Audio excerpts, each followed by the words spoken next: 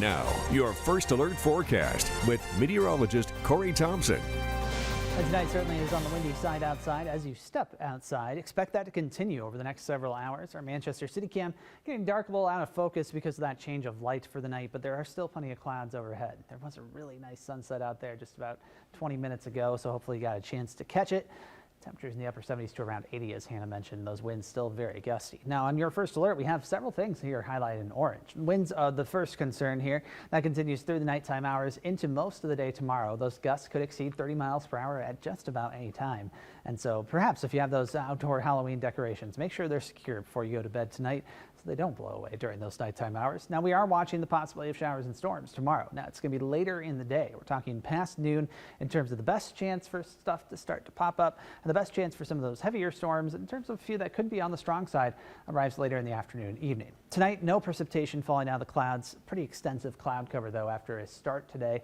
That was a little bit less so. In that area of low pressure to our west, this cold front that has shown very little movement over the last 24 hours will start to move tomorrow. It's going to bring that chance for rain with it. So your first alert forecast overnight, temperatures falling just a few degrees. We'll be around 67 in Washington, same in Fayette. Mostly cloudy skies at times. Breezy conditions continuing there too. And your first alert forecast for tomorrow into the 70s, 73 in Charles City, 77 in Iowa City. Everyone getting there before that rain starts to set in. That's why these colors are a little more on the green side up here in the northwest zone.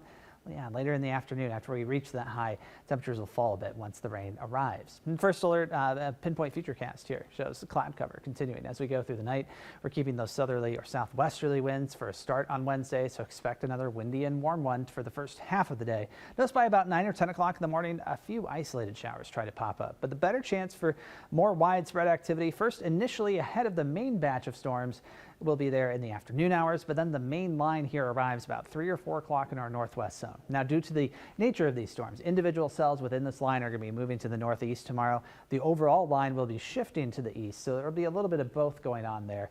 Our northern zones will be most in line for most of the activity through most of the day, and then the first opportunity to get those showers and storms. So by about 5 or 6, we're talking about the trailing end of the line here, getting to Cedar Rapids or Iowa City, but already approaching the Mississippi River here in our northeast zone. And then this continues through the evening. Slow moving. That's going to be the key for these showers and storms, and that's going to give us that chance for some decent rainfall. By the early morning hours of Thursday, some scattered showers remain, but we'll see things dry out in time for the start of Thursday. Now, here in eastern Iowa, we are not included in any of the Storm Prediction Center's outlooks here in terms of a slight risk, but that's off to our southwest in this orange area, as actually outlooked for an enhanced risk for severe weather in eastern Kansas, parts of Missouri, far southeastern Nebraska, and portions of Oklahoma. So they could be dealing with some rockier weather. We could see some stronger storms tomorrow night. We're not out of the woods for perhaps an incidence of gusty winds or even a little bit of hail in a few of those storms.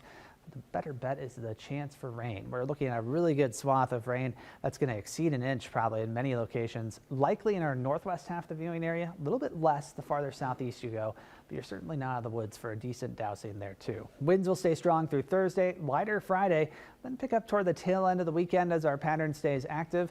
More chances for rain will be out there. It'll arrive later in the day on Saturday. Saw that in the forecast for fun. Some football games potentially affected later in the day, but Sunday looks like a better shot at rain and storms. That extends into Monday as well, with pretty widespread areas of precipitation possible. So when things are all said and done, we could be talking about multiple inches of rain between now and the end of the 9-day forecast. That would be, well, certainly a change of events after the last several weeks of mostly dry weather. Now, temperatures will be generally headed for the nearer to normal range as we go over the next several days, 50s and 60s for highs. This will likely have been our last 80-degree high for the rest of the year until sometime next year, because we have never had it happen in November before. Today tied a record in Cedar Rapids at 84. It's been a very warm fall, but I'm okay with the 80s being done for the year. They've had a very extended welcome here in eastern Iowa. And now I think we need to give some cooler temperatures a chance to enjoy our area. I think most people are going to agree with you on that, and you are probably right too.